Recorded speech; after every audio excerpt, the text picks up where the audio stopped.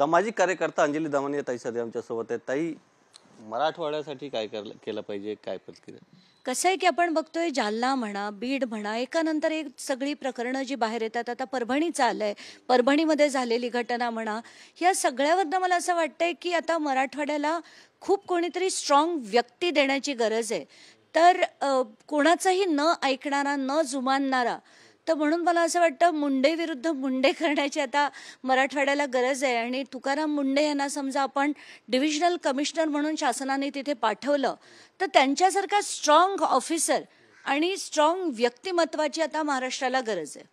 धनंजय मुंडे यांच्या काही नवीन प्रकरण आता तुमच्या समोर आलेलं आहेत. कशा प्रकारच्या प्रकरण काय आहेत त्याच्यामध्ये? माझ्याकडे रोज इतके प्रकरणं येत आहेत, इतके मेसेजेस येत आहेत, इतके व्हिडिओज येत आहेत की बघून बघून थकायला होतंय, रात्री झोप लागत नाहीये. धनंजय मुंडेंविरोधात कृषी घोटाळ्याची म्हणा, त्यांचं ते मध्ये मी ऑफिस ऑफ प्रॉफिट काढलं होतं, कृषी घोटाळा काढला, आता एक सामाजिक न्याय मंत्री असतानाचे त्यांचे जे व्हिडिओज आहेत ते बाहेर येत आहेत. आणि हे सगळं आपण बघताना इतर सगळ्यांचंच येत आहे, म्हणजे सोनावण्यांचं येत आहे, क्षीरसागरांचं येत आहे, सुरेश धसांचं येत आहे. ही एवढे कांड करणारे लोक आहेत, दहशत करणारे लोक आहेत की प्रत्येकाचे आपापले कार्यकर्ते आहेत, प्रत्येकाच्या आपापल्या टोळ्या आहेत. प्रत्येकजण पत्र पाठवून, म्हणजे काल मी माझा एक तो आता मीडिया ब्रॉडकास्ट ग्रुप बनवला आहे, त्याच्यात अनेक मीडिया चॅनल्स आहेत, त्याच्यावर मी सगळी ती माहिती टाकून देते. तर आत्ताच्या घटनेला सोनावणेने लिहिलेली, क्षीरसागरांनी लिहिलेली, धसांनी लिहिलेली की प्रत्येक प्रकल्प कुठला आणायचा, त्याच्यात निधी किती आला ते सांगायचं, म्हणजे निधीतले टक्केवारी खायची. मग यांची ही टोळी हफ्ते खाणार, खंडणी मागणार. हे सगळं जे आहे ना ते तोडून काढण्यासाठी एकतर पोलीस प्रोॲक्टिव्ह झाले पाहिजेत, कलेक्टर सगळे प्रोॲक्टिव्ह झाले पाहिजे, आणि डिव्हिजनल कमिशनर जो आहे तो एक स्ट्रॉंग हँड पाहिजे या सगळ्यांना सरळ करणारा. तरच हे चित्र काहीसं बदलताना आपल्याला दिसेल. तुम्ही एक ऑडिओ क्लिप पण टाकली होती, या ऑडिओ क्लिप कोणाचे आहेत, कोण आहेत त्याच्यामध्ये? नाही, ती संदीप क्षीरसागरांचा एक कार्यकर्ता तहसीलदारला डायरेक्टली धमकवतोय. आणि ते जरी जुनं असलं तरी पण या निमित्ताने सगळ्या गोष्टी बाहेर यायला लागल्यात. आता ते काही लेटेस्ट पाहिजे असं नाही, पण धमकवतोय तहसीलदारला की तू तिथे पदभार मला न सांगता घेतला. अरे काय समजतोस तू स्वतःला? तहसीलदार ज्याची बदली होते तो तुला विचारून येणार तिकडे? म्हणजे काय त्यांची सगळ्यांची दादागिरी आहे आणि काय स्थितीला आपण महाराष्ट्राला घेऊन जातोय खरंच कळत नाही. काल जो आरोपी पोलिसांना सापडत नव्हते ते TV9 वर येऊन अनेक मोठे खुलासे केले आहेत, त्याबाबत तुमची काय प्रतिक्रिया? मोठे खुलासे नाही केले त्यांनी, त्याची बाजू सावरण्याचा प्रयत्न केला की मी जे मारलं ते तो बाईला त्रास देत होता म्हणून मारलं, मी जिथे शाळेत गेलो होतो दमदाटी केली ती मुलींनी सांगितलं. हे 2 दिवस त्यांनी मस्त बसून विचार केले की आपण काय बोलायचं, किंवा त्यांचे आका सुरेश धस आहेतच त्यांना सांगायला, आणि त्यांचे अतिशय चाणाक्ष बुद्धीचे आहेत, त्यांनी सांगितलं असेल तो असं म्हणून मी त्यांना मारलं.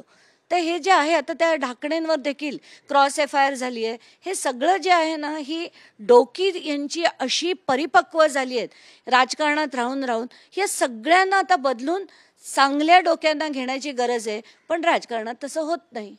आता आमदार प्रकाश सोलंके यांच्या निकटवर्ती सुशील सोलंके यांच्या नवीन जुना व्हिडिओ आहे पण आता समोर येत आहेत मारहाणीच्या, त्याच्यावर काय प्रतिक्रिया? नाही, सगळ्यांवरच आता प्रतिक्रिया देऊन देऊन आता दमायला झालं, पण यांची प्रकरणं काही संपत नाही आहेत. आणि एक एक एक एक जे बाहेर येत आहेत ते आता सोळंकेंनी त्याचं उत्तर द्यायला हवं. सगळ्या माध्यमांनी जाऊन त्यांना विचारायला हवं की हे काय आहे आणि तुमचे लोक अशी कशी करू शकतात. तर आता प्रत्येकाला जाब विचारण्याची वेळ आली आहे आणि ती माध्यमांनी विचारली पाहिजे.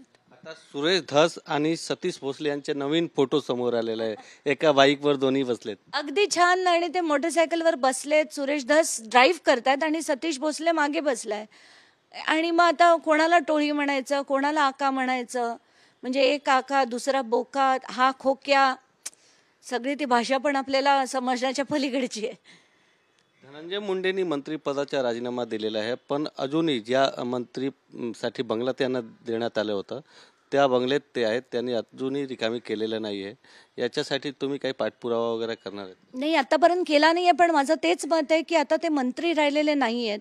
मग जो बंगला त्यांना मंत्री म्हणून मिळालेला आहे तो त्यांच्याकडनं तातडीने खाली करून घेतला पाहिजे, त्यांचं सामान उचलून फेकून दिलं पाहिजे, इतक्या स्टेजला गेलं पाहिजे. कारण त्यांना सांगून, खरं तर त्यांनी ज्या दिवशी मंत्रिपदाचा राजीनामा दिला त्या दिवशी किंवा दुसऱ्या दिवशी त्यांनी तो खाली करणं गरजेचं होतं. अजून पण त्यांच्याकडे ताबा असेल तर त्यांनी ताबडतोब खाली केला पाहिजे, नाहीतर त्यांचं सामान उचलून बाहेर फेकलं पाहिजे. कॅमेरामॅन गणेश मोरेसह गोविंद ठाकूर, TV9 मराठी, मुंबई.